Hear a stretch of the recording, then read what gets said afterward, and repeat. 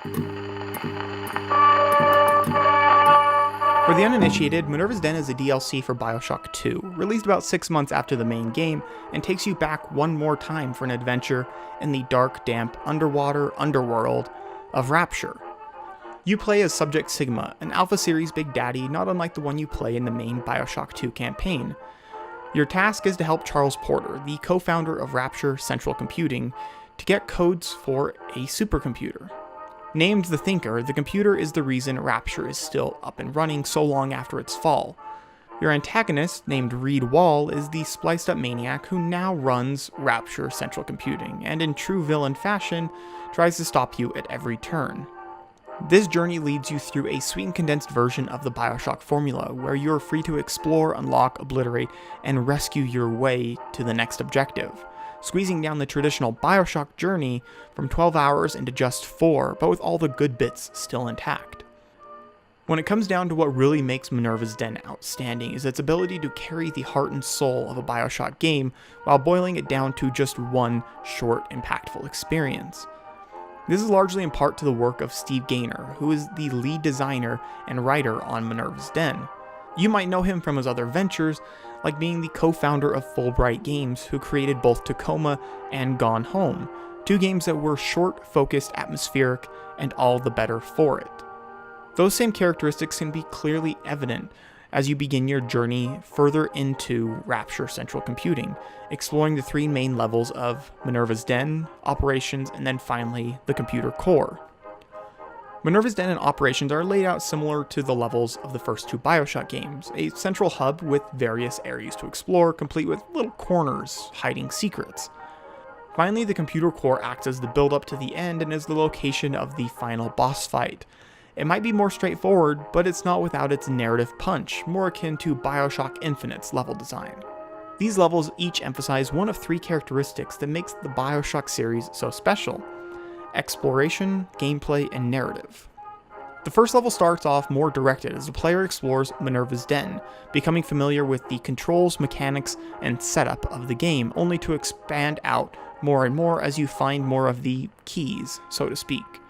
Now, these keys come in the form of tools the player collects, which are used to open nearly every area in the game. The hack tool is the first the player is given, and obviously is used to hack open doors, but from a distance. Simply shoot through a crack in the wall, window, or ceiling to the control panel on the other side, and you're in. Just like in the main game, it can also be used to hack cameras, security bots, and turrets to turn on any enemy unfortunate enough to feel they can take you on. After picking up the hack tool, a couple of branching paths open up, providing access to the executive offices of Charles Porter and the robotics wing. Collecting the punch card from Porter's office gives you the task of moving on to the next level, Operations. That excitement of quick progression doesn't last long, as you are soon told by Porter that you must first collect 2 plasmids, both of which are keys to access that next level. The Electrobolt is one plasmid that you should already be familiar with if you've played any of the Bioshock titles, and is found in the newly opened robotics wing, thanks to your new hack tool. Using the Electrobolt will provide an adequate shock to any unassuming door or splicer when needed. Zapping the door opposite the robotics wing in the hub gives you access to the Archives warehouse, where you'll find the final key plasmid.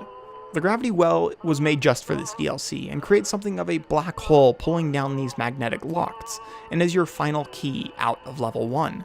It can be particularly helpful in combat too, as it can do the same thing by pulling both enemies and friendly security bots together with ease. As fun as it can be collecting all the guns and plasmids you will need to power your way through the rest of the game, it's through exploration that level 1 of Minerva's Den excels. This is done by providing the player areas to explore piece by piece while becoming familiar with the game, its mechanics, and the setup of the story. How fast we gain our arsenal of tools to zap, shoot, throw, or drill our way through the enemies is sped up to warp speed compared to the mainline Bioshock campaigns. By around the halfway mark, about 2 hours in, you are stocked up with nearly every available weapon in the DLC, which means you are ready to cause some serious, beautiful havoc in that second half. However, the rhythm that you are given the tools is handled with care, giving you time to learn about and use the tools before you're given the next one.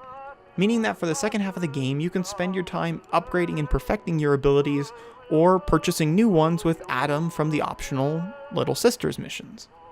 With the gravity well in hand, you can finally open up the door to the next level, Operations. Here you must find a way to protect your escape bathysphere from any incoming fire and ensure that you make it to the surface alive and in one piece.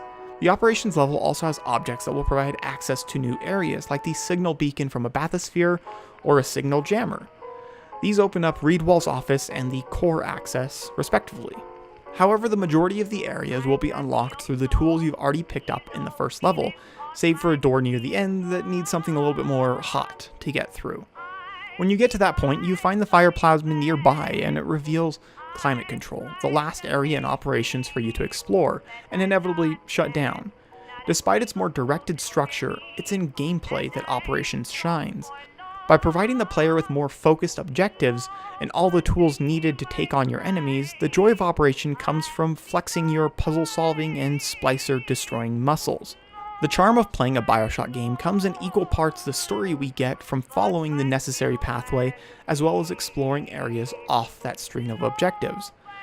Minerva's Den, while a smaller and more tight experience, still finds areas for you to explore off the beaten path, which might lead you to some interesting discoveries. Rapture's first video game and the robotics showroom can only be experienced by ignoring the next objective and doing some exploring. After powering through Climate Control, you now have access to the computer core. Despite the final level being more straightforward, it makes great use of the time by ramping up intensity as we hear Reedwall yelling at us and blocking our path as a last-ditch effort to buy more time. It's in its narrative that the final level excels, providing you a better understanding of the story you've been thrust into. After twisting and turning your way through the ventilation, plumbing, and odd areas, you finally emerge in the core itself. Structured like an arena, it's here where you will take on waves of Big Daddies and finally Reedwall himself, all while the computer collects the data Charles Porter needs. After all the fighting is done and you retrieve your codes, Minerva's Den takes one more moment on your way to the bathysphere to answer your final questions. What happened to Rapture Central Computing? What secrets have the characters been keeping from you? And what happened to the project Charles Porter was working on? But instead of giving that all away, I think it's better experienced than told. So consider this mystery an incentive to play it yourself. I know I've said a lot of good things about Minerva's Den, but that's not to say it's perfect. I found that some of the plasmid combinations can be a little bit too powerful, or quite possibly just break the combat by allowing you to stun lock almost any enemy, even a final boss. But I feel that those are small nitpicks, easily worked around, and overall, it's an extremely finely crafted experience.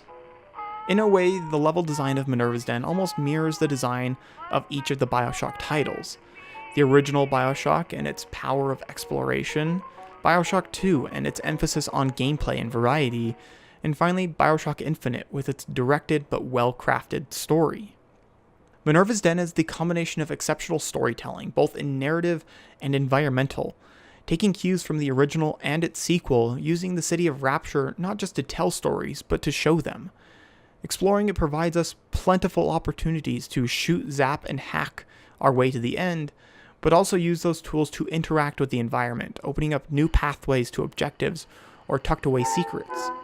All of this is done while providing a story of a man searching for redemption, escape, and a life somewhere beyond the sea. And it's because of this culmination of elements that I stand by my word when I say that Minerva's Den is the best DLC you've probably never played. I've been up thinking about you, Daddy, thinking of you night and day. I challenge you to check it out, because more than likely if you own BioShock 2, you own Minerva's Den. Check in the Extras tab in the menu. And after you give it a playthrough, tell me what you think down in the comments, or if you already have, tell me what you liked most about it. If you like this type of content, please let me know down in the comments, or support this channel by clicking on my Patreon, where my first 20 supporters will be featured on all my video credits. And until next week, this has been Devin J, and this is Pixel Report. Thank you.